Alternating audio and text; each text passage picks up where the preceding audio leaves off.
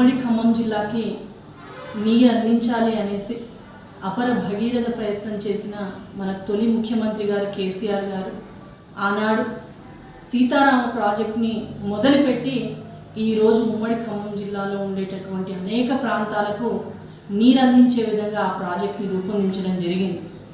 మరి అటువంటి సీతారామని ఈరోజు ఇప్పుడున్నటువంటి కాంగ్రెస్ నాయకులు ఇప్పుడున్నట్టు ముఖ్యమంత్రి గారు ఓపెనింగ్ చేస్తూ మళ్ళీ తొలి ముఖ్యమంత్రి గారు కేసీఆర్ గారిని నిందించడం అనేది ఎంతవరకు సబబో ఒక్కసారి రైతాంగం అంతా కూడా ఆలోచన చేయాల్సినటువంటి అవసరం ఉంది. ఈరోజు మరి నది పరివాహక ప్రాంతాల్లో మరి నీరు అందించే పరిస్థితి లేదు.